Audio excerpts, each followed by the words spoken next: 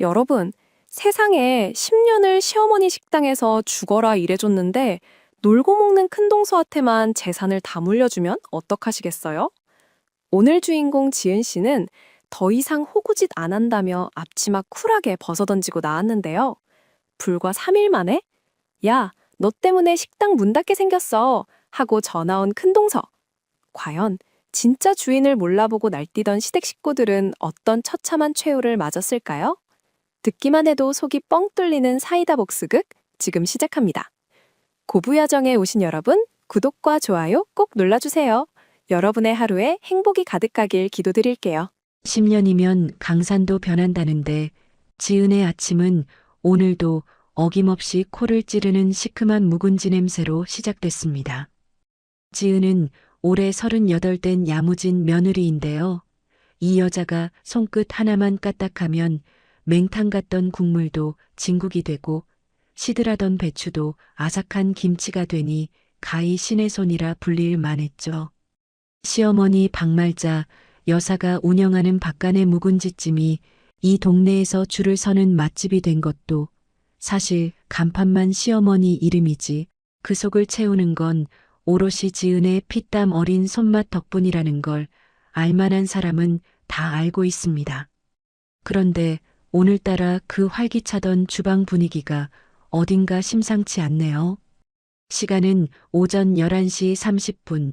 점심 장사 준비로 눈코 뜰 새 없이 바빠야 할 시간인데 뚝배기 달그락거리는 소리 대신 무거운 침묵만이 주방을 짓누르고 있었으니까요. 홀에서는 예약 손님들이 하나둘 들어차면서 주문서가 쉴 새 없이 밀려들고 있는데 정작 메인 화구를 지켜야 할 지은은 주방 구석 창고 문 앞에 멍하니 서서 숨조차 크게 쉬지 못하고 있었습니다. 굳게 닫힌 창고 문 너머로 믿고 싶지 않은, 아니 믿을 수도 없는 기가 막힌 이야기들이 흘러나오고 있었거든요. 그 안에는 시어머니 말자와 얄미운 큰동서 미선이 들어가 있었는데요. 두 사람의 대화 소리가 지은의 가슴을 후벼 파고 있었습니다. 시어머니가 주변을 살피듯 목소리를 낮추며 속삭였습니다. 아가, 이거 받아라. 현금 2억이다. 여기 식당에서 나온 돈 내가 야금야금 모아둔 거야. 아무도 모른다. 큰 며느리가 콧소리를 내며 대꾸했습니다. 어머 어머니, 정말요? 이 큰 돈을 저한테 주셔도 돼요? 동서가 알면 난리 날 텐데요. 기가 찰 노릇이죠. 지은이 온몸이 부서져라 이래서 번 그 피 같은 돈을 손가락 하나 까딱 안 하고 카운터에 앉아 돈만 세던 큰동서에게 쥐어주고 있었으니까요. 하지만 충격은 여기서 끝이 아니었습니다. 시어머니의 다음 말은 지은의 귀를 의심케 했습니다. 식당 명의를 곧 장남 동훈 씨 앞으로 돌릴 예정이라면서 식당을 확장하면 지은을 주방 실장이 아닌 월급제 직원으로 돌리고 월급도 깎아버리겠다는 계획을 늘어놓는 게 아니겠어요? 게다가 지은의 남편인 민호에게는 이 사실을 절대 비밀로 하라며 신신당부까지 하고 있었습니다. 그러자 미선이 깔깔거리며 웃음보를 터뜨렸어요. 아유, 어머니도 참. 걱정 마세요. 동서가 손맛은 좋은데 머리가 나빠서 부려먹기 딱 좋잖아요. 우리가 시키는 대로 군말 없이 할걸요? 그 순간이었습니다. 지은의 손에 들려있던 묵직한 국자가 쨍그랑 하고 요란한 소리를 내며 바닥으로 떨어졌습니다. 그 소리가 어찌나 크던지 마치 지은의 억장이 무너져 내리는 소리 같았죠. 창고 안에서 화들짝 놀란 말자씨와 미선씨가 토끼 눈을 하고 튀어나왔습니다. 문을 열고 나온 두 사람은 바닥에 떨어진 국자와 그 앞에 서늘한 표정으로 서 있는 지은을 보고는 사색이 되었습니다. 하지만 지은은 울지 않았습니다. 오히려 너무나 큰 배신감에 차라리 마음이 차분하게 가라앉는 것 같았죠. 그녀는 천천히, 아주 천천히 허리춤에 꽉 묶여있던 앞치마 매듭을 풀기 시작했습니다. 앞치마는 기름때와 김치 국물로 얼룩진 지은의 고단했던 10년 시집살이 세월이 고스란히 묻어있는 상징과도 같은 물건이었죠. 상황을 파악한 시어머니가 붉어진 얼굴로 고함을 질렀습니다. 너 지금 뭐 하는 짓이냐? 문 밖에서 엿듣기라도 한 게야? 당장 육수 안 올리고 어디서 딴청이야? 점심 장사 시작 5분 전이었습니다. 지금 당장 육수를 올리지 않으면 점심 장사는 그야말로 망치는 상황이었죠. 하지만 지은은 대꾸조차 하지 않았습니다. 손에 들고 있던 앞치마를 미선 씨의 발치에 툭 하니 던져버리고는 그대로 주방 입구를 향해 걸음을 옮겼습니다. 미선 씨가 기가 막히다는 듯 팔짱을 끼며 비아냥거렸습니다. 동서, 지금 제정신이야? 어머니 말씀 안 들려? 어디서 행패를 부리고 있어? 지은은 그 소리조차 무시한 채 뚜벅뚜벅 걸어나갔습니다. 홀에서는 벌써 음식이 늦는다며 손님들이 웅성거리는 소리가 들려왔죠. 다급해진 시어머니가 쫓아 나와 지은의 팔을 거칠게 낚아챘습니다. 네가 미쳤구나. 감히 시애미 말을 무시해? 지금 나가면 다시는 이 문지방 못 넘을 줄 알아라. 썩 들어가지 못해? 시어머니의 저주 섞인 악다구니에도 지은은 뒤돌아보지 않았습니다. 오히려 잡힌 팔을 뿌리치며 더 당당하게 고개를 들었죠. 그때 마침 식당 입구 자동문이 열리며 배달을 다녀오던 남편 민호 씨가 들어서고 있었습니다. 헬멧을 쓴 채 영문을 몰라 두 눈을 껌뻑이는 남편을 보자 지은은 망설임 없이 다가가 그의 손을 꽉 잡았습니다. 남편 민호 씨가 놀란 눈으로 물었어요. 여보, 무슨 일이야? 어머니는 왜 저러시고? 지은은 대답 대신 남편의 손을 이끌고 식당 밖으로 성큼성큼 걸어 나갔습니다. 등 뒤에서는 그릇 깨지는 소리와 시어머니의 고함, 당황한 손님들의 아우성이 뒤섞여 아비규환의 심포니를 만들어내고 있었지만 지은의 귀에는 더 이상 아무것도 들리지 않았습니다. 눈물 한 방울 나오지 않았습니다. 오히려 꽉 막혀 있던 가슴 한구석이 뻥 뚫리는 듯한 서늘한 해방감이 밀려왔죠. 식당 밖으로 나오자 따가운 햇살이 지은의 얼굴을 비쳤습니다. 지난 10년간 어두침침한 주방에 갇혀 계절이 바뀌는 것도 모르고 살았던 그녀였습니다. 지은은 잡고 있던 남편의 손을 더욱 꽉 쥐며 다짐했습니다. 다시는 저 지옥 같은 곳으로 돌아가지 않겠노라고요. 이것은 박간의 묵은지찜의 처절한 몰락을 알리는 첫 번째 신호탄이자 우리 지은 씨의 인생의 진짜 시작을 알리는 종소리였습니다.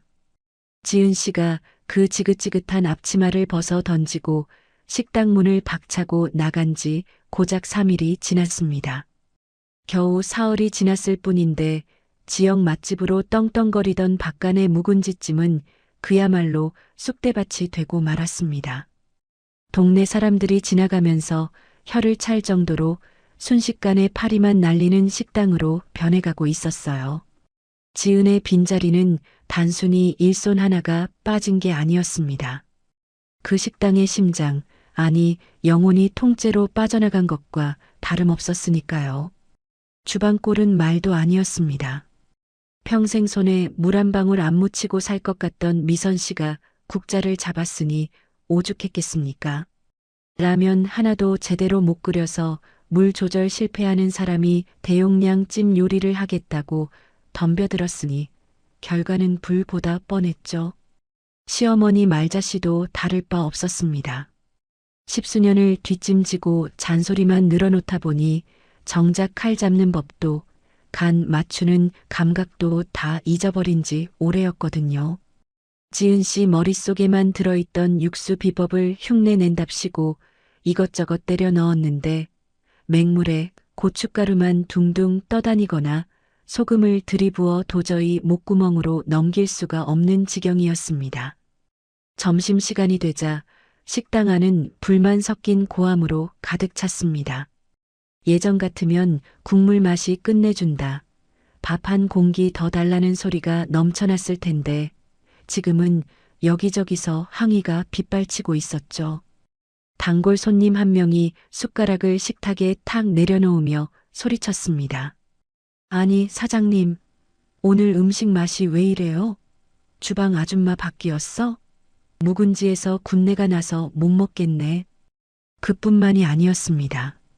재료 관리는 또 엉망진창이라 냉장고 속 야채들은 누렇게 떠서 물러 터지고 있었고 고기 핏물도 제대로 빼지 않아 비린내가 진동을 했습니다.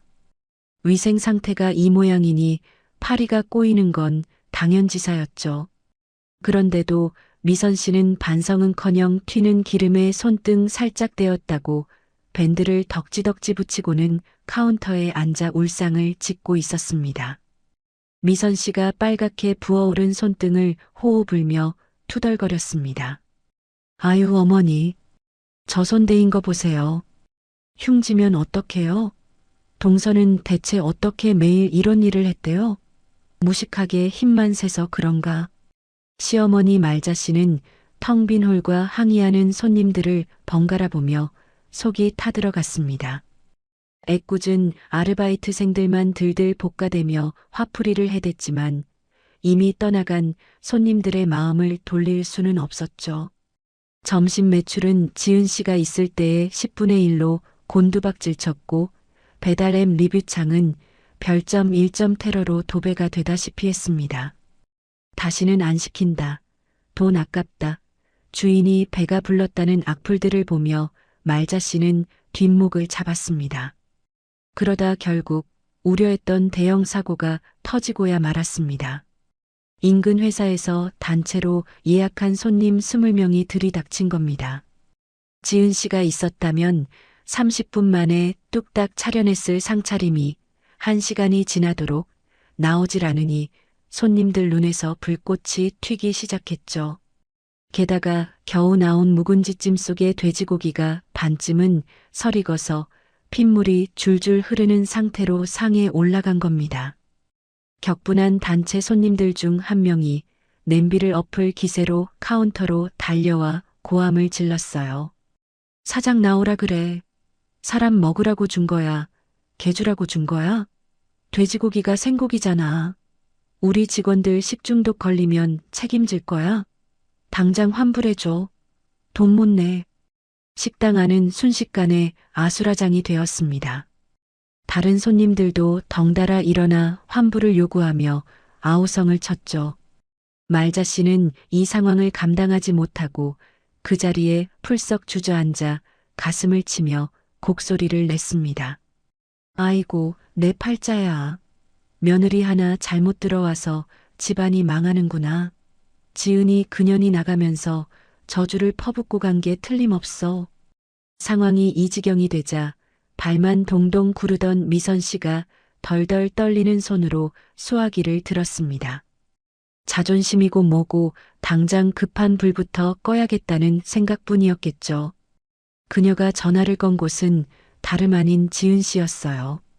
그 시각 지은 씨는 남편 민호 씨와 함께 친정 근처의 좁은 월세방에서 짐을 정리하고 있었습니다. 10년을 바친 곳을 떠나왔지만 당장 먹고 살 길이 막막해 마음 한구석이 무거웠던 참이었죠. 그때 지은의 휴대폰이 요란하게 울려댔습니다. 액정에 뜬 이름은 큰동서. 그 세 글자를 보는 순간 지은의 심장이 쿵 하고 내려앉는 듯 했습니다. 받지 말까 잠시 망설였지만 끈질기게 울려대는 진동 소리에 결국 통화 버튼을 눌렀어요.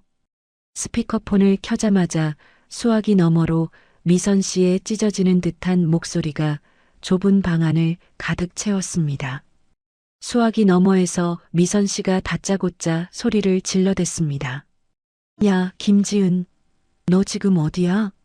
전화는 왜 이렇게 안 받아? 너 때문에 지금 식당 꼴이 말이 아닌 거 알아? 당장 튀어와서 수습 안 해? 사과나 설득은커녕 적반하장도 유분수지 끝까지 남 탓뿐이었습니다. 지은이 대꾸할 틈도 주지 않고 미선 씨는 속사포처럼 말을 쏟아냈습니다. 미선 씨가 숨이 넘어갈 듯 씩씩거리며 계속해서 쏘아붙였습니다. 너 똥 싸놓고 도망가면 다야? 단체 손님들 난리 났다고. 고기가 안 익었다느니 맛이 이상하다느니 하면서 돈 못 내겠다고 난리란 말이야. 네가 일부러 고기 손질 이상하게 해놓고 나간 거지? 그렇지? 옆에서 듣고 있던 남편 민호 씨의 얼굴이 빨갛게 달아올랐습니다. 분노로 주먹을 꽉 쥐고 부들부들 떨던 민호 씨가 참지 못하고 전화기를 뺏으려 달려들었습니다. 하지만 지은 씨는 조용히 손을 들어 남편을 제지했어요. 지은의 눈빛은 그 어느 때보다 차분하고 서늘하게 가라앉아 있었습니다. 수화기 너머로는 시어머니 말자 씨의 악다구니도 함께 들려왔습니다. 전화 바꿔봐라. 내가 당장 쫓아가서 머리채를 잡아서라도 끌고 올 테니까. 어디서 시어머니 무서운 줄 모르고. 지은은 그 소란스러운 아비규환을 잠시 동안 말없이 듣고만 있었습니다. 예전 같으면 죄송합니다, 어머니. 제가 잘못했습니다. 하며 굽신거렸을 테지만 지금의 지은 씨는 달랐습니다. 그녀는 깊게 숨을 한번 들이마신 뒤 낮지만 단단한 목소리로 입을 열었습니다. 지은은 또박또박 한 글자 한 글자 힘주어 말했어요. 형님, 지금 착각하시는 게 있는데요. 식당 문 닫게 생긴 건 저 때문이 아니라 형님이랑 어머니 실력 때문이죠. 10년 동안 제가 해둔 거 구경만 하셨으면서 이제 와서 제 탓을 하시면 곤란하죠. 전화기 넘어가 순간 정적에 휩싸였습니다. 감히 말대꾸를 할 거라고는 상상도 못했을 테니까요. 그 틈을 타 지은 씨가 쐐기를 박듯 차갑게 덧붙였습니다. 지은이 싸늘한 미소를 머금으며 마지막 말을 남겼습니다. 그리고 이제 그 집 며느리 아닙니다. 당신 동서 아니고 남남이라고요. 다시는 전화하지 마세요. 번호 차단합니다. 지은은 미련 없이 종료 버튼을 누르고 곧바로 수신 차단 설정까지 마쳤습니다. 끊긴 전화기를 손에 쥔 채 멍하니 서 있는 지은의 어깨를 남편 민호가 감싸 안았습니다. 통쾌함과 씁쓸함이 동시에 밀려왔지만 지은은 비로소 지옥 같은 그들의 그늘에서 완전히 벗어났음을 실감했습니다. 하지만 이것은 그저 서막에 불과했습니다. 전화기 너머에서 들리던 그들의 비명과 악다구니는 앞으로 다가올 더 큰 파멸의 예고편이었으니까요. 미선 씨가 감추고 있던 더 크고 추악한 비밀들이 썩은 물 위로 둥둥 떠오를 준비를 하고 있었던 겁니다. 지은 씨가 시원하게 전화를 끊어버린 그날 밤, 좁은 단칸방의 공기는 무겁기만 했습니다. 10년이라는 긴 세월을 바친 식당을 제 발로 걸어 나왔지만 당장의 생계가 막막한 건 어쩔 수 없는 현실이었으니까요. 두 사람은 곰팡이 냄새가 퀴퀴한 월세방에 누워 밤새 뒤척였습니다. 억울함에 가슴을 치다가도 당장 내일 끼니를 걱정해야 하는 처지가 서글퍼서 잠이 오질 않았던 거죠. 다음 날 오후 지은은 마음을 다잡고 다시 그 지옥 같은 곳으로 발걸음을 옮겼습니다. 미련이 남아서가 아니었어요. 주방 사물함 깊숙한 곳에 두고 온 자신의 낡은 레시피 수첩, 그 보물 같은 노트를 챙겨오기 위해서였죠. 손님들이 빠져나간 브레이크 타임, 식당은 정막에 쌓여 있었습니다. 도둑고양이처럼 살금살금 뒷문으로 들어가 주방 구석 사물함을 열고 짐을 챙기던 그때였습니다. 누군가 거칠게 뒷문을 열고 들어왔습니다. 식자재 납품업체의 김 사장이었습니다. 평소 사람 좋기로 소문난 김 사장이었지만 오늘은 얼굴이 불그락푸르락한 게 잔뜩 화가 난 표정이었습니다. 지은을 발견한 김 사장은 놀란 눈치였지만 이내 반가움보다는 다급함이 앞선 목소리로 다가왔습니다. 김 사장이 땀에 젖은 거래 명세서를 흔들며 따지듯 물었습니다. 아이고, 실장님, 여기서 뵙네요. 연락도 안 되고 답답해 죽는 줄 알았습니다. 그나저나 미수금 3천만 원, 이거 대체 언제 해결해 줄 겁니까? 저 더 이상은 못 기다립니다. 지은 씨는 귀를 의심했습니다. 미수금이라니요?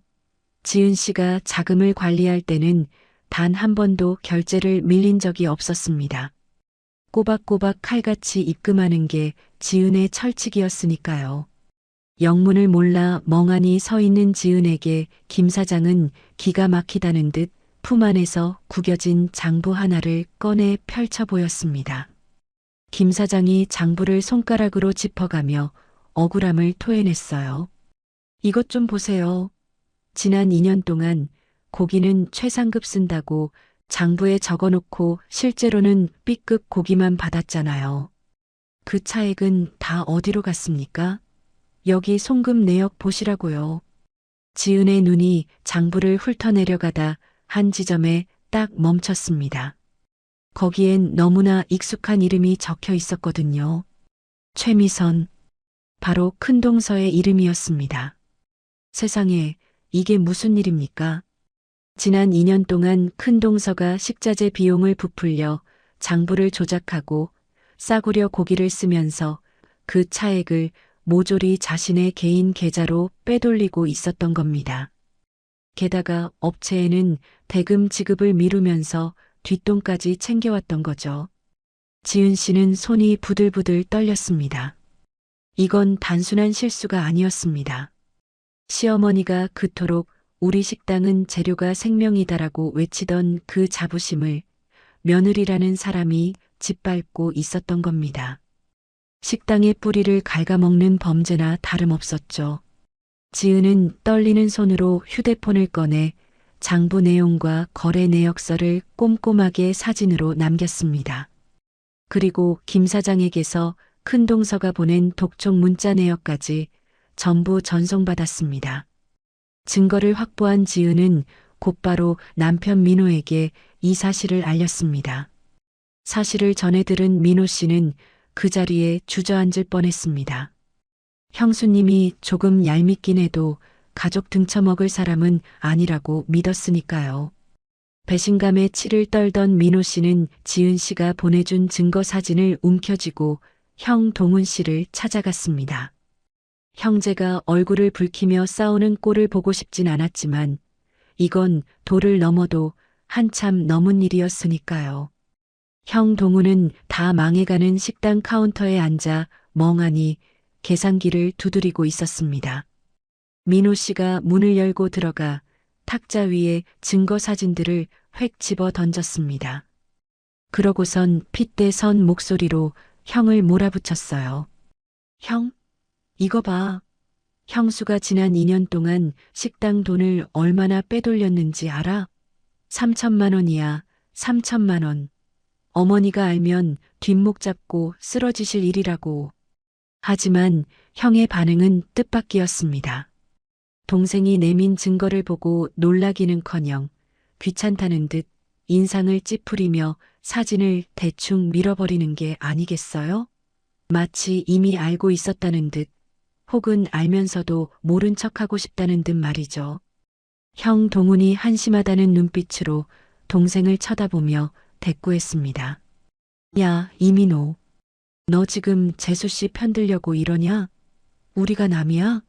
가족끼리 돈 좀 쓸 수도 있는 거지. 그걸 가지고 횡령이니 뭐니 떠들어. 너희 부부는 정이라는 게 없냐? 민호는 말문이 막혔습니다. 가족이라서 형이라서 믿었는데 돌아온 대답이 고작 가족끼리 그럴 수도 있지라니요. 그 순간 민호의 마음속에서 형에 대한 마지막 기대마저 와르르 무너져 내렸습니다. 이 사람들은 썩어도 단단히 썩었구나. 더 이상 갱생의 여지가 없구나 하는 깨달음이 뼈저리게 다가왔죠. 민호가 허탈한 웃음을 지으며 고개를 저었습니다. 형, 정말 쓰레기구나. 알았어. 이제 우린 정말 남남이야. 나중에 땅을 치고 후회해도 절대 나 찾지 마. 민호는 뒤도 돌아보지 않고 식당을 나왔습니다. 밖에서 기다리던 지은을 본 민호는 아무 말 없이 아내를 꽉 안아주었습니다. 이제 정말 두 사람뿐이었습니다. 가족이라는 이름의 족쇄가 완전히 풀리는 순간이었죠. 그날 밤 둘은 깊은 한숨을 내쉬며 차가운 방바닥에 누웠습니다. 앞날이 캄캄해 잠이 오질 않았습니다. 바로 그때였습니다. 정적을 깨고 지은의 휴대폰이 울렸습니다. 모르는 번호였습니다. 늦은 시간에 누구일까 싶어 조심스럽게 전화를 받았죠. 수화기 너머에서 우아하고 기품 있는 중년 여성의 목소리가 들려왔습니다. 여보세요? 거기 김지은 실장님 휴대폰 맞나요? 나예요. 단골 손님 장 여사. 누군지 알겠어요? 지은은 벌떡 일어났습니다. 장 여사님이라면 일주일에 3번은 꼭 들러 묵은지찜을 드시고 가시던 까다롭지만 매너 좋기로 소문난 그 VIP 손님 아니겠어요? 식당 문이 닫혀 헛걸음했다며 수소문 끝에 연락했다는 장 여사님은 뜻밖의 이야기를 꺼냈습니다. 장 여사가 차분하지만 힘있는 목소리로 제안했습니다. 내가 오늘 식당 갔다가 허탕치고 오는 길인데 소문 다 들었어. 자네 그 집 나왔다면서? 내 이럴 줄 알았지. 자네 손맛이 아까워서 그러는데 내 건물이 하나 비어있네. 거기서 제대로 장사 한번 안 해보겠나? 지은의 심장이 미친 듯이 뛰기 시작했습니다. 바닥을 쳤다고 생각했는데 벼랑 끝이라고 생각했는데 하늘에서 동아줄이 내려오고 있었습니다. 그것도 아주 튼튼하고 빛나는 황금 동아줄이 말이죠. 어느덧 1년이라는 시간이 유수와 같이 흘렀습니다. 계절이 4번 바뀌는 동안 우리 지은의 인생은 그야말로 천지개벽 수준으로 뒤바뀌어 있었죠. 장 여사님의 통 큰 투자와 전폭적인 지지로 문을 연 지은네 묵은지 한 상. 이름부터 참 정감 가지 않나요? 개업한 지 불과 6개월 만에 이 식당은 지역 최고의 맛집으로 등극했습니다. 화려한 인테리어로 치장한 건 아니었지만 정직한 재료와 지은의 깊은 손맛, 그리고 무엇보다 주인이 직접 새벽부터 육수 끓이는 집이라는 입소문이 퍼지면서 점심시간이면 대기표를 뽑아야 할 정도로 문전성시를 이뤘습니다. 점심시간, 홀은 빈자리 하나 없이 손님들로 꽉 차 있고 뚝배기 끓는 구수한 냄새가 진동을 합니다. 지은은 더 이상 누군가의 눈치를 보며 주방 구석 쭈그리고 앉아 찬밥을 먹던 그 며느리가 아니었습니다. 하얀 조리복을 깔끔하게 차려입고 직원들을 진두지휘하며 카운터에서 당당하게 손님을 맞이하는 어엿한 오너 셰프이자 사장님이 되어 있었죠. 남편 민호도 확 달라졌습니다. 예전에는 형과 형수 귀에 눌려 말 한마디 제대로 못하던 순둥이였지만 지금은 낮에는 홀 매니저로 손님들을 살갑게 챙기고 밤에는 경영 공부를 병행하며 지은의 가장 든든한 사업 파트너로 거듭났습니다. 두 사람이 손발 척척 맞춰 가게를 꾸려나가니 돈이 굴러들어오는 소리가 들릴 정도였죠. 반면 원조를 자처하던 시댁의 박간의 묵은지찜은 어떻게 됐을까요? 예상하셨겠지만 폐허나 다름없는 꼴이 되었습니다. 큰동서 미선이 야금야금 빼돌린 돈 때문에 자금난에 시달리던 식당은 결국 식자재 업체들에게 줄줄이 납품 거부를 당했습니다. 신선한 고기와 배추를 구할 길이 없으니 마트에서 파는 냉동식품을 사다가 대충 데워 파는 수준으로 전락하고 말았죠. 손님들 입맛이 얼마나 귀신 같은데요. 맛이 변했다. 조미료 맛만 난다는 소문은 삽시간에 퍼져나갔고 설상가상으로 위생 점검에서 유통기한 지는 식재료가 적발되어 영업 정지 처분까지 받게 되었습니다. 그 충격으로 시어머니 말자 씨는 화병이 도저 자리에 몸져 누웠고 큰아들 동우는 빚쟁이들을 피해 가게 문을 걸어 잠그고 쥐 죽은 듯 숨어 지내는 신세가 되었습니다. 상황이 이 지경인데도 큰동서 미선은 정신을 못 차렸습니다. 이 모든 게 지은이 탓이라며 여전히 남 탓만 하고 있었죠. 하지만 그녀가 자랑하던 명품 가방과 보석들은 생활비를 대기 위해 하나둘씩 중고 장터에 팔려나가고 이제 남은 건 쥐뿔만한 자존심뿐이었습니다. 그러던 어느 날이었습니다. 눈코 뜰 새 없이 바쁜 지은의 가게에 불청객이 들이닥쳤어요. 점심 장사가 한창인 시간 자동문이 열리고 들어온 사람은 다름 아닌 미선이었습니다. 그런데 예전에 그 빳빳하던 기세는 온데간데없고 푸석한 얼굴에 유행진한 옷을 걸친 초라한 모습이었어요. 미선은 손님들로 꽉 찬 홀을 믿을 수 없다는 듯 멍하니 둘러보았습니다. 질투와 도끼가 서린 눈빛이었죠. 그녀는 다짜고짜 카운터에 있는 지은 씨에게 성큼성큼 다가갔습니다. 그리고는 손님들이 식사하는 것도 아랑곳하지 않고 앙칼진 목소리로 고함을 질렀습니다.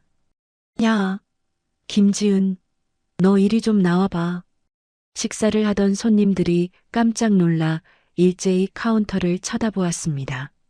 지은은 계산을 하다 말고 천천히 고개를 들어 미선을 바라보았습니다.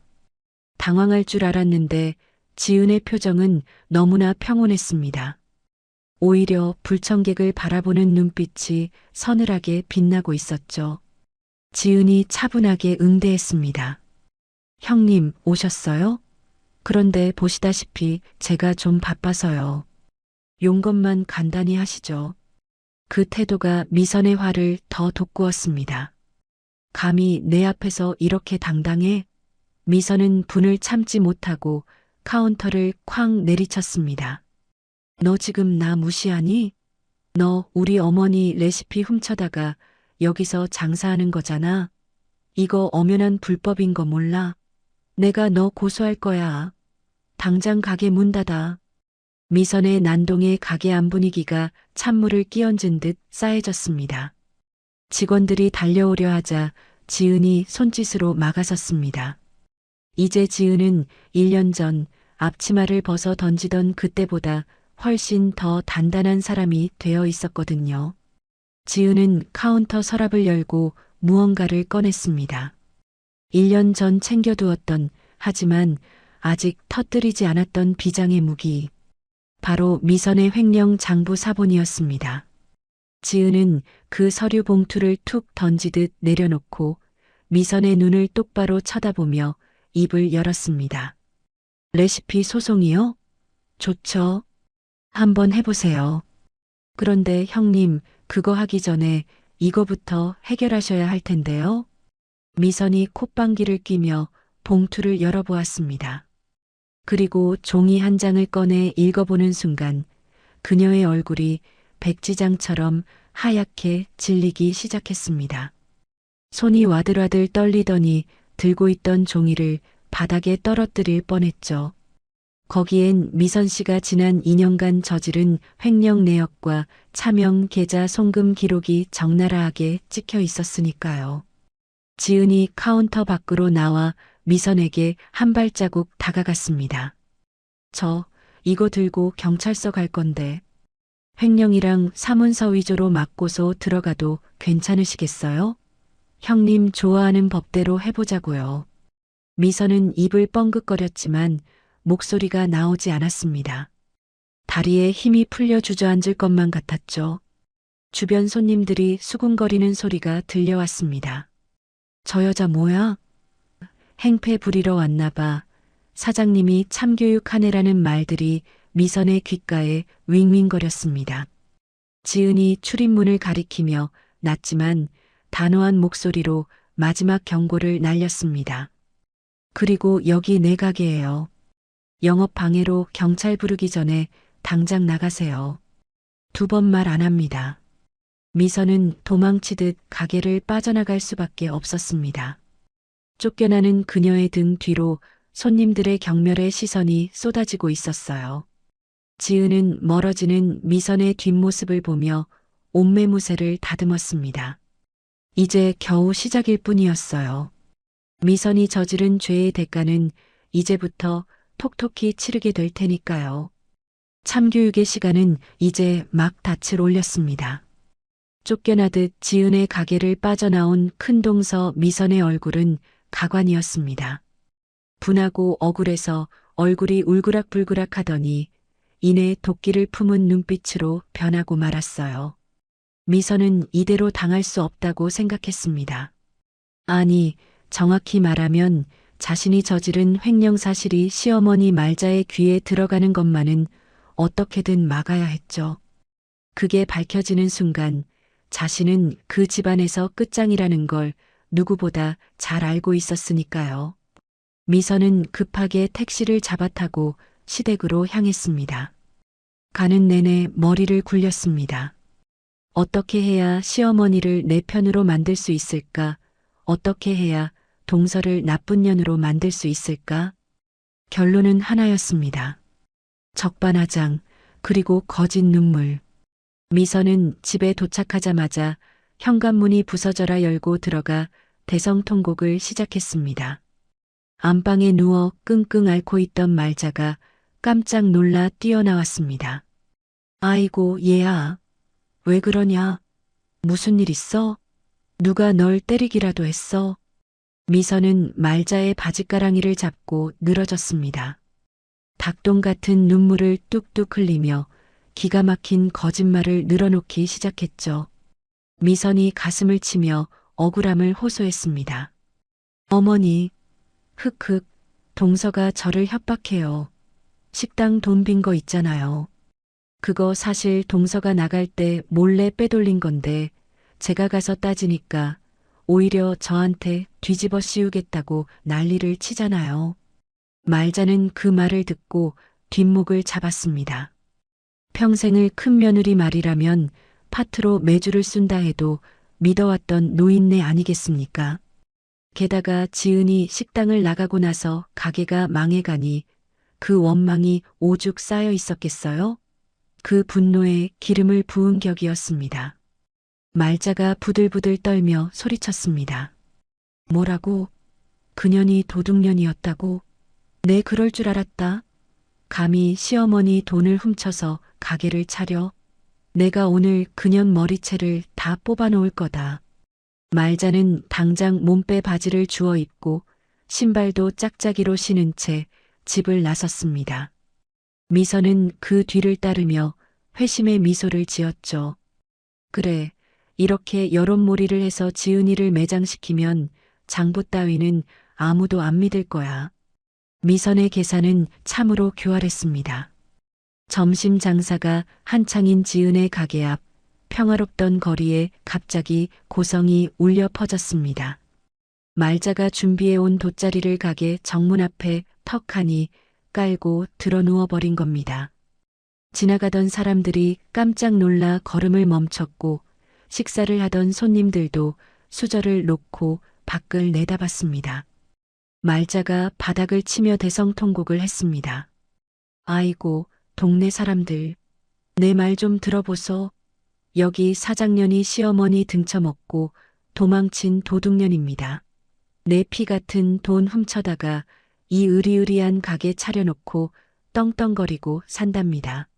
사람들이 웅성거리기 시작했습니다. 저게 무슨 소리야? 사장님이 돈을 훔쳤대? 아이고, 노인니가 오죽하면 저러겠어. 순식간에 가게 앞은 구경꾼들로 인산인해를 이뤘습니다. 말자는 사람들이 모여들자 더 신이 나서 목청을 높였습니다. 아주 작정을 하고 쇼를 벌이는 거였죠. 직원들이 당황해서 어쩔 줄 몰라 하며 지은을 찾았습니다. 주방에서 육수를 끓이던 지은은 밖이 소란스럽자 행주에 손을 닦으며 밖으로 나왔습니다. 그리고 눈앞에 펼쳐진 기막힌 광경을 목격했죠. 시어머니가 길바닥에 드러누워 자신을 도둑년이라 욕하고 있고 저만치 전봇대 뒤에는 미선이 숨어서 휴대폰으로 그 모습을 찍고 있었습니다.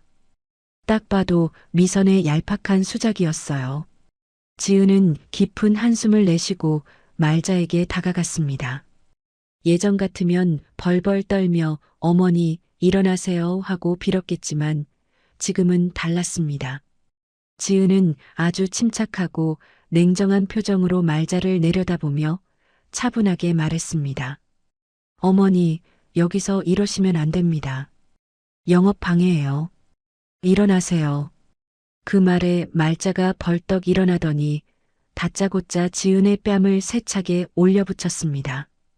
짝! 하는 소리가 골목을 울렸습니다. 지은의 고개가 돌아갔고 뺨이 순식간에 붉게 부어올랐어요. 지켜보던 사람들이 어머 하며 입을 틀어막았습니다. 말자가 삿대질을 하며 악을 썼습니다. 이 뻔뻔한 년, 어디서 눈을 동그랗게 뜨고 대들어? 내 돈 내놔. 니년이 훔쳐간 내 돈 내놓으란 말이야. 지은은 얼얼한 뺨을 감싸쥐었습니다. 아픔보다 더 큰 서글픔이 밀려왔지만 동시에 정신이 번쩍 들었습니다. 더 이상 이 사람들에게 일말의 연민도 가질 필요가 없다는 확신이 섰기 때문이죠. 지은은 천천히 고개를 돌려 전봇대 뒤에 숨어있는 미선을 노려보았습니다. 미선은 지은과 눈이 마주치자 흠칫 놀라면서도 계속 영상을 찍고 있었습니다. 인터넷에 올려서 가게를 망하게 할 작정이었겠죠. 하지만 지은에게는 비장의 무기가 있었습니다. 가게 입구에 설치된 고성능 CCTV가 이 모든 상황을 녹화하고 있었고 무엇보다 그녀의 주머니에는 결정적인 증인이 들어 있었으니까요. 지은은 품에서 휴대폰을 꺼냈습니다. 그리고 스피커폰 모드를 켜고 볼륨을 최대로 높였습니다. 통화 버튼을 누르자 신호음이 몇 번 가더니 굵직한 남자의 목소리가 흘러나왔습니다. 식자재 납품업체 김 사장이었습니다. 지은이 또렷한 목소리로 말했습니다. 사장님 바쁘신데 죄송합니다. 지금 제 가게 앞에 시어머니가 오셔서 제가 돈을 횡령했다고 난리를 치시네요. 그때 사장님이 가져오셨던 장부랑 녹취록 지금 바로 가져와 주실 수 있나요? 휴대폰 성능이 어찌나 좋은지 김 사장의 목소리가 골목 전체에 쩌렁쩌렁 울려 퍼졌습니다. 김 사장이 황당하다는 듯 대답했습니다. 네, 박 여사님이 거기 계시다고요? 참 기가 막히네. 안 그래도 제가 지금 경찰서 가는 길인데 잘 됐습니다. 최미선 씨가 이중장부 만들어서 돈 빼돌린 증거 제가 다 가지고 갑니다. 거기 꼼짝 말고 계시라고 하세요. 그 순간 악을 쓰던 말자의 입이 딱 벌어졌습니다. 누워서 침 뱉던 꼴이 된 거죠. 사람들의 시선이 순식간에 말자와 숨어있던 미선에게로 쏠렸습니다. 전봇대 뒤에 있던 미선의 얼굴이 사색이 되어 하얗게 질리기 시작했습니다. 휴대폰을 들고 있던 손이 부들부들 떨리더군요. 지은이 차갑게 식은 눈으로 말자에게 말했습니다. 들으셨죠, 어머니? 경찰도 오고 증인도 온다네요. 누가 도둑년인지, 누가 사기꾼인지 여기서 한번 제대로 가려보시죠. 말자는 멍하니 서 있다가 뒤늦게 상황 파악을 하고는 미선이 있는 쪽을 돌아보았습니다. 하지만 이미 늦었습니다. 미선이 도망치려 몸을 돌리는 순간 지은의 눈짓을 받은 직원들이 잽싸게 달려가 미선의 앞길을 막아섰으니까요. 이제 도망갈 곳은 없었습니다. 골목길 한복판 수많은 사람들의 눈과 귀가 증인이 된 이 자리에서 드디어 진실의 심판대가 세워지고 있었습니다. 바깥에서의 그 요란했던 소동이 있고 나서 딱 30분이 지났습니다. 지은의 가게 가장 안쪽 VIP 룸의 문이 굳게 닫혀 있었는데요. 방 안의 공기는 마치 한겨울 시베리아 벌판처럼 차갑고 날카로웠습니다.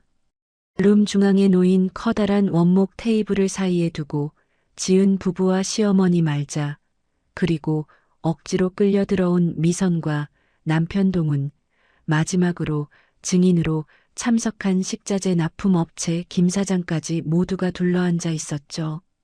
방금 전까지만 해도 길바닥에서 고래고래 소리를 지르던 말자는 꿀먹은 벙어리가 되어 있었습니다. 왜냐고요? 테이블 위에 김 사장이 쏟아놓은 그 엄청난 증거물들 때문이었죠. 김 사장은 작심한 듯 두툼한 서류 봉투를 열어 낱장들을 하나하나 테이블 위에 펼쳐 보였습니다. 그건 단순한 종이 쪼가리가 아니었습니다. 미선이 지난 2년간 시댁 식당을 야금야금 갉아먹은 범죄의 기록들이었으니까요. 김 사장이 혀를 차며 서류 한 장을 말자 앞으로 슥 밀었습니다. 박 여사님, 이거 한번 자세히 보십시오. 이게 다 최미선 씨가 가짜 영수증 만들어서 차액 챙긴 내역입니다. 여기 보시면 입금자명이 최미선 본인 앞으로 되어 있죠? 말자의 눈동자가 지진이라도 난 듯 흔들렸습니다. 돋보기를 쓴 말자의 눈에 믿을 수 없는 숫자들이 들어왔거든요. 100만 원, 200만 원. 그렇게 빠져나간 돈들이 모여 수천, 아니 억 단위가 넘어가고 있었으니까요. 게다가 더 충격적인 건 그 다음 장이었습니다. 미선의 이름으로 된 통장 내역에는 정체불명의 도박 사이트로 거액이 송금된 기록이 빼곡했습니다. 알고 보니 상황은 이랬습니다. 말자가 그토록 부잣집 딸이라며 떠받들던 맏며느리 미선은 사실 친정이 쫄딱 망한 지 오래였던 겁니다. 미선은 친정 빚을 막고 자신의 도박 빚을 갚기 위해 시어머니 몰래 식당 공금에 손을 댔던 거죠. 지은이 지난 10년 동안 뜨거운 불 앞에서 화상을 입어가며 피땀 흘려 벌어들인 그 돈이 고스란히 미선의 도박판 판돈으로 사라져버린 겁니다. 모든 진실을 마주한 말자의 손이 사시나무 떨리듯 떨리기 시작했습니다. 배신감이라고 표현하기에도 모자랐죠. 이건 하늘이 무너지는 충격이었습니다. 말자는 핏발선 눈으로 고개를 들어 미선을 노려보았습니다. 미선은 고개를 푹 숙인 채 손톱만 물어뜯고 있었죠. 말자가 비명 같은 괴성을 지르며 자리에서 벌떡 일어났습니다. 이 죽일년, 네가 감히 나를 속여? 내가 널 어떻게 대했는데? 내 돈 내놔. 내 3억 내놓으란 말이야. 말자는 이성을 잃고 미선에게 달려들었습니다. 칠순 노인의 어디서 그런 힘이 나왔는지 미선의 머리채를 사정없이 휘어잡고 흔들어댔죠. 악! 하는 비명과 함께 미선의 머리가 산발이 되었습니다. 옆에 있던 남편 동훈이 말리려 했지만 소용없었습니다. 말자는 미선의 뺨을 때리고 어깨를 치며 울부짖었습니다. 하지만 가만히 당하고 있을 미선이 아니었습니다. 궁지에 몰린 쥐가 고양이를 문다고 했나요? 미선이 갑자기 돌변하더니 자신을 잡고 있던 말자를 잇는 힘껏 밀쳐버렸습니다. 악! 소리와 함께 말자가 바닥으로 나뒹굴었습니다. 방 안에 모두가 얼어붙었습니다. 미선이 헝클어진 머리를 쓸어넘기며 도끼 어린 눈으로 소리쳤습니다. 아유, 진짜 좀 놓으세요. 어머니가 저한테 해준 게 뭐가 있다고 이러세요? 맨날 그 냄새나는 식당 일이나 시키려고 하고 저도 참을 만큼 참았다고요. 적반하장도 유분수지. 미선은 오히려 자신이 피해자라는 듯 악을 썼습니다. 바닥에 넘어진 말자는 멍한 표정으로 며느리를 올려다보았습니다. 평소 아이고 우리 맏며느리 하며 오냐오냐 해줬던 그 며느리가 지금 자신을 벌레 보듯 쳐다보고 있었으니까요. 말자의 가슴이 갈기갈기 찢겨나가는 순간이었습니다. 그 난장판을 조용히 지켜보던 사람이 있었습니다. 바로 지은이었습니다. 지은은 팔짱을 낀 채 차가운 눈빛으로 바닥에 주저앉은 시어머니와 발악하는 형님을 번갈아 보았습니다. 10년 묵은 체증이 내려가는 것 같으면서도 한편으로는 참 인생이 허무하다는 생각이 들었죠. 지은은 품 안에서 준비해둔 또 다른 봉투 하나를 꺼냈습니다. 그리고 천천히 일어나 미선 앞으로 다가가 서류 봉투를 미선의 가슴팍에 툭 던지며 말했어요. 형님, 변명은 경찰서 가서 하세요. 횡령, 사기, 업무 방해, 그리고 허위 사실 유포까지 싹 다 묶어서 고소장 접수했습니다. 변호사 선임하셔야 할 거예요. 고소장이라는 말에 미선의 얼굴이 흑빛이 되었습니다.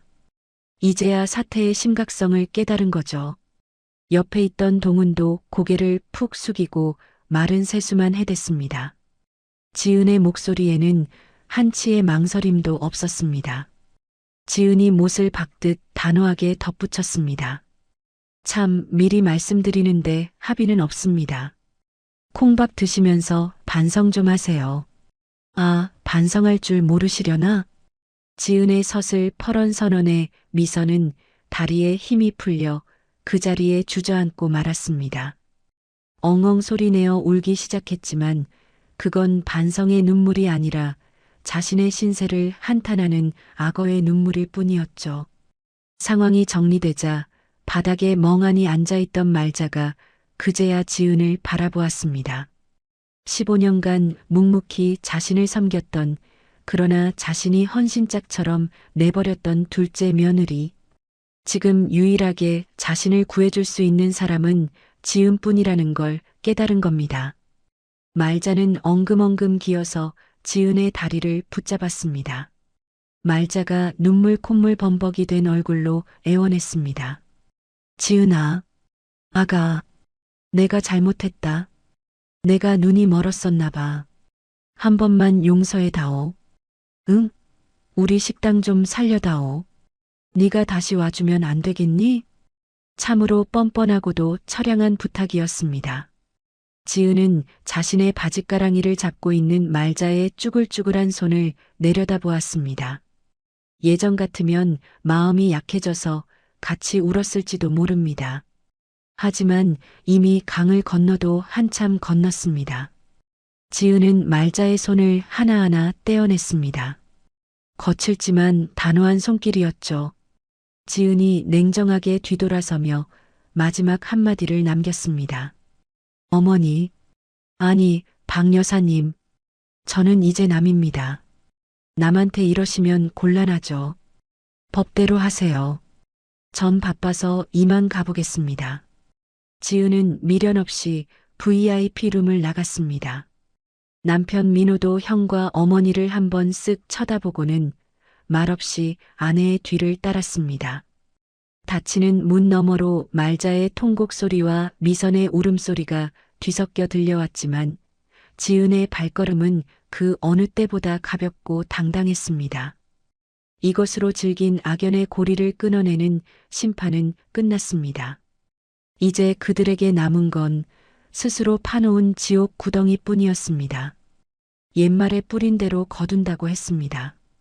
착하게 씨앗을 뿌린 사람은 풍성한 열매를 맺지만 독초를 심은 사람은 결국 그 독초에 자기가 찔리는 법이죠.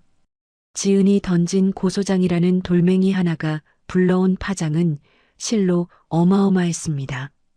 그 돌멩이가 구르고 굴러서 거대한 바위가 되더니 결국 박간의 식당이라는 모래성을 산산조각 내버리고 말았으니까요.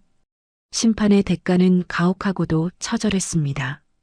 경찰 수사가 본격적으로 시작되자 큰동서 미선이 그동안 꽁꽁 숨겨왔던 여죄들이 고구마 줄기처럼 줄줄이 딸려 나왔습니다.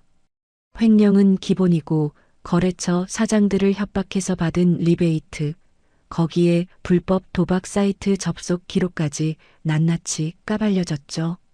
경찰서 조사실에 불려간 미선은 처음에는 나는 모른다. 동서가 꾸민 일이다라며 오리발을 내밀었습니다. 하지만 증거가 너무나 명백했습니다. 형사가 두툼한 서류 뭉치를 책상에 내려놓으며 으름장을 놓았습니다. 아줌마, 증거가 이렇게 차고 넘치는데 계속 거짓말하실 겁니까? 이러면 가중 처벌받아요. 반성하는 기미가 전혀 없으시네. 그제야 사태를 파악한 미선이 울고불고 매달렸습니다. 하지만 때는 이미 늦었죠. 미선은 구속 수사를 피할 수 없었습니다.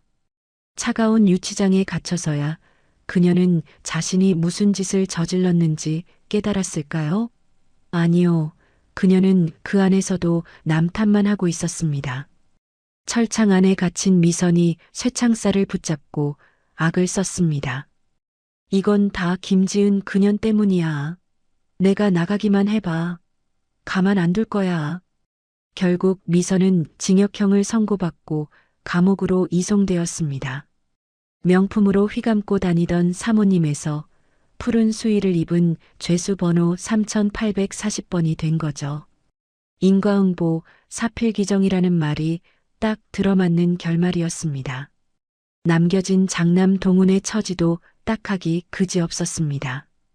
아내가 저지른 사고를 수습하려니 눈앞이 캄캄했겠죠. 미선이 횡령한 돈을 물어내고 합의라도 보려면 당장 큰 돈이 필요했습니다. 동훈은 울며 겨자 먹기로 박간의 식당 건물을 금매로 내놓았습니다. 한때는 이 지역 랜드마크라고 불릴 정도로 떵떵거리는 건물이었는데 말이죠. 하지만 소문이란 게 참 무섭습니다. 이미 며느리가 돈 들고 튀었다더라, 음식 재활용하다 걸렸다더라 하는 흉흉한 소문이 돈은 망한 가게를 재감 주고 살 사람이 어디 있을까요?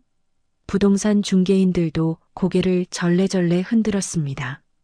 중개인이 난처한 표정으로 동훈에게 말했습니다. 사장님, 이 가격에는 절대 안 팔려요. 지금 소문이 너무 안 좋아서 반값으로 깎아도 살 사람이 있을까 말까 합니다. 동훈이 다급하게 중개인의 손을 잡고 사정했습니다. 사장님, 제발 좀 도와주세요. 급해서 그래요. 더 깎아드릴 테니까 제발 좀 팔아주세요. 결국 동훈은 건물을 헐값에 넘겨야 했습니다. 시세의 반토막도 안 되는 가격이었죠. 그 돈으로 미선이 친 사고를 메우고 여기저기 밀린 빚을 갚고 난이 남는 건 빈털터리 통장뿐이었습니다. 아니, 오히려 빚이 남아 신용불량자 신세로 전락하고 말았죠. 평생 어머니 치마폭에 쌓여 장남이다. 장남이다 대접만 받고 살았던 마마보이 동훈이 하루아침에 길바닥에 나앉게 된 겁니다. 가장 비참한 건 시어머니 말자였습니다. 평생을 일궈온 식당은 남의 손에 넘어갔고 믿었던 큰아들 내외는 감옥 가고 파산해버렸으니까요. 오갈 데 없어진 말자는 달동네 꼭대기에 있는 단칸방 월세로 쫓겨나듯 이사를 가야 했습니다. 보일러도 제대로 안 들어오는 냉골 같은 방이었죠. 더 서글픈 건 주변의 시선이었습니다.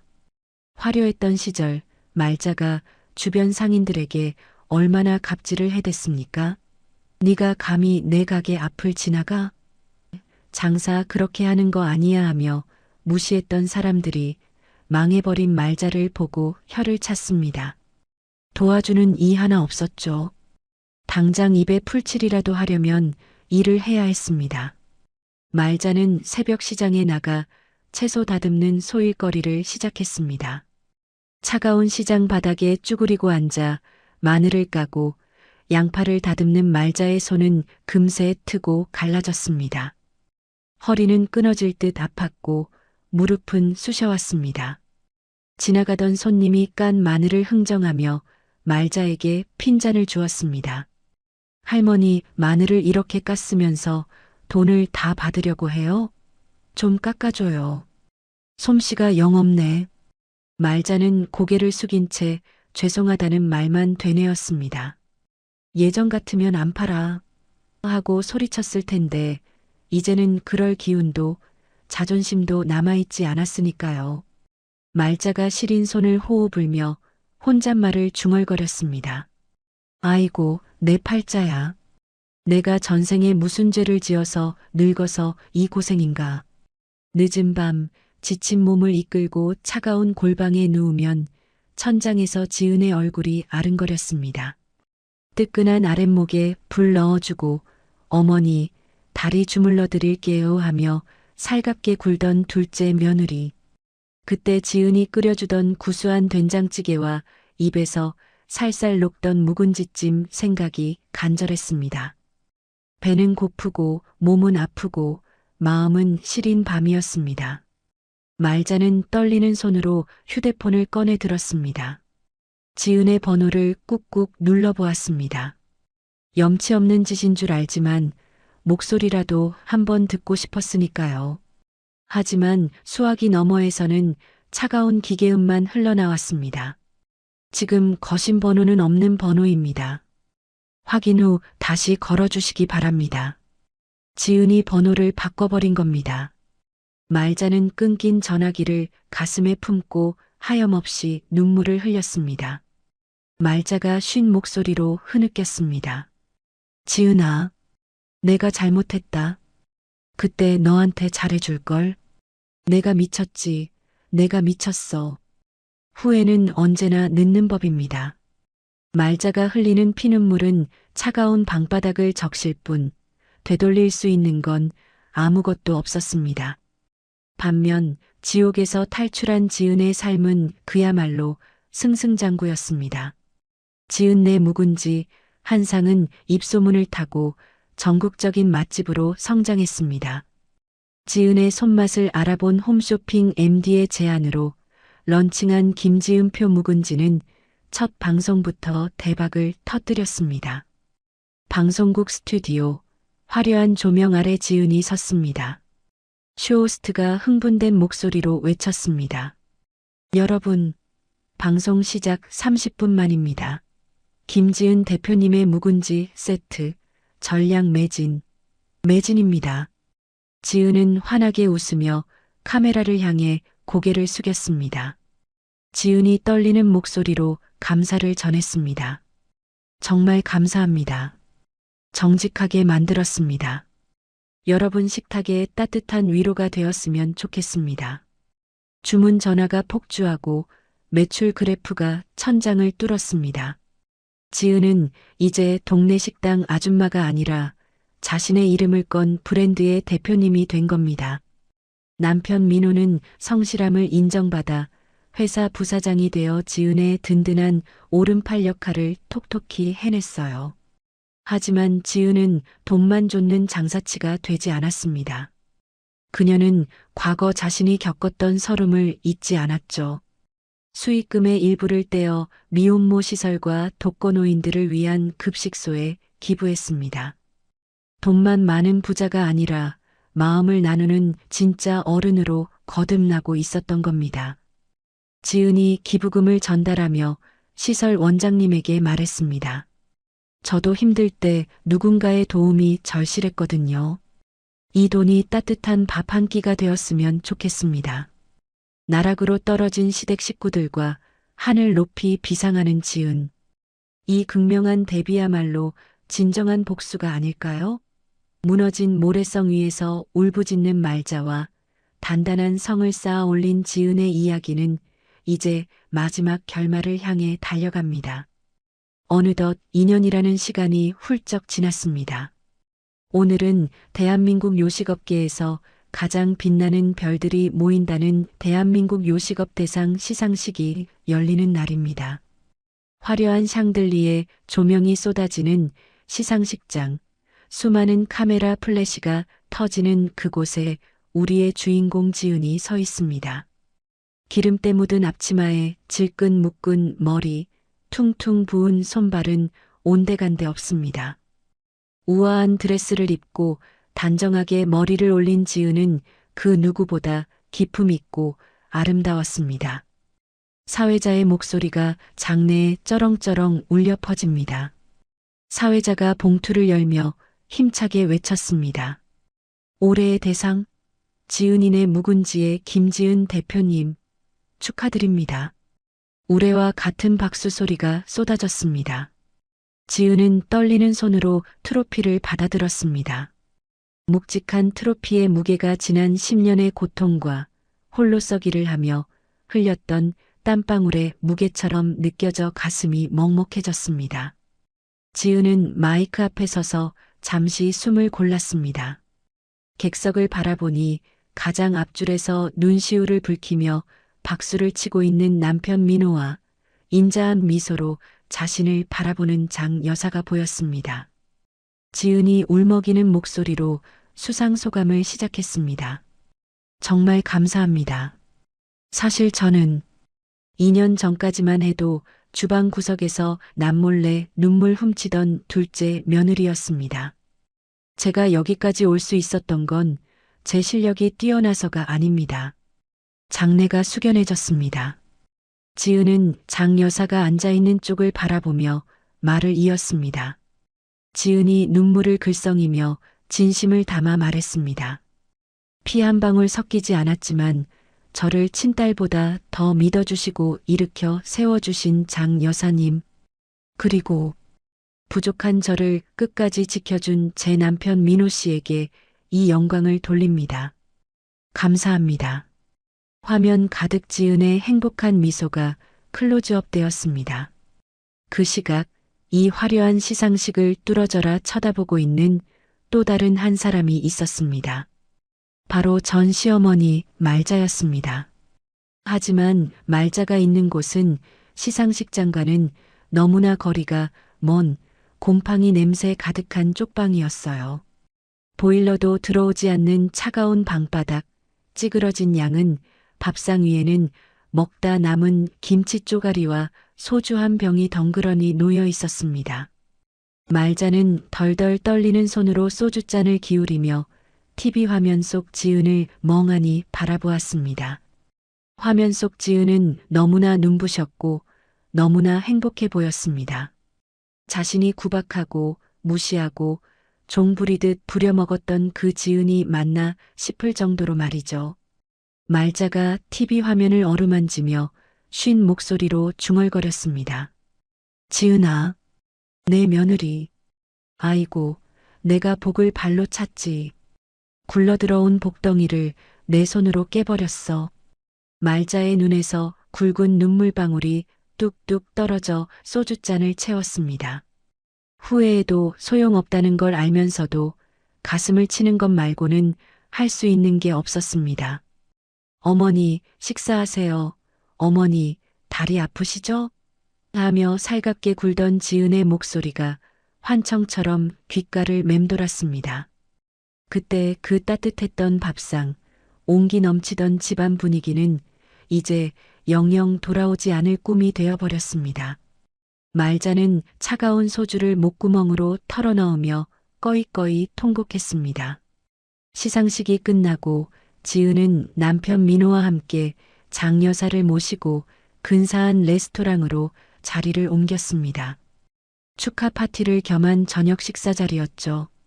장 여사는 지은의 손을 꼭 잡고 놓아주지 않았습니다. 거칠었던 지은의 손이 이제는 제법 보드라워져 있었어요. 장 여사가 지은을 사랑스러운 눈빛으로 바라보며 말했습니다. 지은아, 오늘 정말 멋지더라. 너는 흙 속에 파묻혀 있던 진주야. 내가 만들어준 게 아니라 네가 스스로 빛을 낸 거란다. 지은은 가슴이 뭉클해졌습니다. 친정엄마가 돌아가신 후 처음 느껴보는 따뜻한 모정이었습니다. 낳아준 정보다 길러준 정이 무섭다지만 지은에게는 알아봐준 정이 더 깊고 크게 다가왔습니다.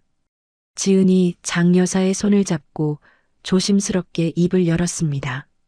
여사님, 아니 어머니, 저 정말 어머니 덕분에 다시 태어났어요. 앞으로 제가 진짜 딸 노릇할게요. 오래오래 건강하셔야 해요. 어머니라는 말에 장 여사의 눈가가 촉촉해졌습니다.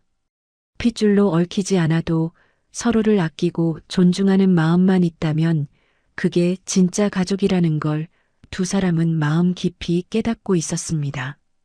옆에 있던 민호도 흐뭇한 미소를 지으며 두 사람의 잔에 와인을 채워주었습니다. 민호가 밝게 웃으며 건배를 제의했습니다. 자, 우리 가족의 새로운 출발을 위하여, 그리고 우리 아내 김지은 대표님의 앞날을 위하여. 건배. 세 사람의 웃음소리가 레스토랑을 따뜻하게 채웠습니다. 그 웃음소리는 과거의 상처를 덮고도 남을 만큼 행복하고 단단했습니다. 한편 그 시각 또 다른 곳에서는 전혀 다른 풍경이 펼쳐지고 있었습니다. 도심 외곽의 한 허름한 식당 주방. 산더미처럼 쌓인 설거지통 앞에서 고무장갑을 끼고 땀을 뻘뻘 흘리는 여자가 있었습니다. 바로 큰동서 미선이었습니다. 감옥에서 출소한 미선은 기다리고 있던 현실에 절망했습니다. 남편 동훈에게는 이혼 소장을 받았고 친정에서도 내놓은 자식이 되어갈 곳이 없었으니까요. 위자료 한 푼 못 받고 빈털터리로 쫓겨난 미선이 할 수 있는 일이라곤 식당 설거지 아르바이트뿐이었습니다. 미선은 퉁퉁 부은 다리를 두드리며 쭈그리고 앉아 그릇을 닦고 있었습니다. 독한 세제 때문에 손은 습진으로 엉망이 되었고 허리는 끊어질 듯 아팠죠. 그때 주방 한쪽에 켜놓은 TV에서 지은의 수상 소식이 뉴스 속보로 나오고 있었습니다. 화면 속 환하게 웃는 지은을 본 미선의 손이 멈칫했습니다. 그때 험상궂은 주방장이 국자를 들고 와서 소리를 버럭 질렀습니다. 아줌마, 지금 뭐해? 손이 왜 멈춰? 설거지 안 하고 멍하니 있을 거야? 오늘 일당 안 받고 싶어? 미선은 화들짝 놀라며 허리를 숙였습니다. 예전 같으면 내가 누군 줄 알고 하며 대들었겠지만 지금은 하루 벌어 하루 먹고 사는 처지라 찍 소리도 못했습니다. 미선이 기어들어가는 목소리로 대답했습니다. 아, 아닙니다. 죄송합니다. 빨리 할게요. 미선은 다시 구정물에 손을 담갔습니다. 차가운 물속에서 그릇들이 달그락거리는 소리가 마치 자신의 처량한 신세를 비웃는 것 같았습니다. 과거 지은에게 동서는 손이 빨라서 좋겠네. 난 손에 물 묻히는 거 싫어서 하며 얄밉게 굴었던 자신의 모습이 떠올랐습니다. 지은이 겪었던 그 고된 노동과 모멸감을 이제야 뼈저리게, 아주 뼈저리게 체험하고 있는 중이었어요. 미선이 흐르는 땀을 닦으며 혼잣말로 중얼거렸습니다. 내가 왜 그랬을까? 그냥 조용히 살걸? 욕심 부리지 말걸? 후회는 언제나 가장 늦게 찾아오는 손님이라고 하죠. 미선은 평생 지울 수 없는 후회와 자책 속에 갇혀 남은 생을 속죄하는 마음으로 살아가야 할 것입니다. 다시 장면은 지은의 행복한 저녁 식사 자리로 돌아옵니다. 식사를 마친 지은과 민호가 장 여사를 모시고 식당을 나섭니다. 밤하늘에는 별이 유난히 밝게 빛나고 있었습니다. 지은은 밤하늘을 올려다보며 크게 심호흡을 했습니다. 차가운 밤 공기가 이토록 상쾌하게 느껴진 적이 있었나 싶습니다. 지은이 남편 민호의 팔짱을 끼며 말했습니다. 여보, 나 이제 진짜 행복해. 더 이상 과거는 생각 안 할 거야. 우리 앞으로 정말 잘 살자. 민호가 지은의 어깨를 감싸 안으며 다정하게 대답했습니다. 그럼 당신은 행복할 자격 충분해. 내가 평생 당신 웃게 해줄게. 사랑해, 지은아. 두 사람은 서로를 마주보며 환하게 웃었습니다. 그 미소는 어떤 보석보다 빛나고 아름다웠습니다. 묵은지처럼 깊은 맛을 내는 인생, 시련을 겪어내고 더욱 단단해진 지은의 인생은 이제부터가 진짜 시작입니다. 긴 겨울을 이겨내고 피어난 봄꽃처럼 지은의 앞날에는 따스한 햇살만이 가득할 것입니다. 자, 여러분. 오늘 우리 지은 씨의 이야기 어떻게 들으셨나요? 10년 묵은 채증이 확 내려가는 것 같으면서도 한편으로는 지난 세월 모진 구박을 견뎌냈을 생각에 코끝이 찡해지기도 했습니다. 결국 뿌린 대로 거둔다는 옛말. 하나 틀린 게 없네요. 피 한 방울 안 섞였어도 가슴으로 품어준 장 여사님이야말로 진짜 어머니가 아닐까 싶습니다. 사람을 살게 하는 건 억만금 돈이나 질긴 핏줄이 아니라 서로를 아끼는 따뜻한 마음이라는 걸 다시 한번 깨닫게 됩니다. 지금 혹시 어두운 터널을 지나고 계신 분이 있다면 우리 지은 씨 보면서 힘내셨으면 좋겠습니다. 참고 견디다 보면 반드시 쨍하고 해뜰 날 오지 않겠습니까? 부디 여러분의 가정에도 묵은지처럼 깊고 구수한 행복만 가득하시길 바랍니다. 지은님께 응원의 댓글을 남겨주세요. 큰 위로가 돼줄 거예요. 오늘도 끝까지 함께 해주셔서 감사합니다.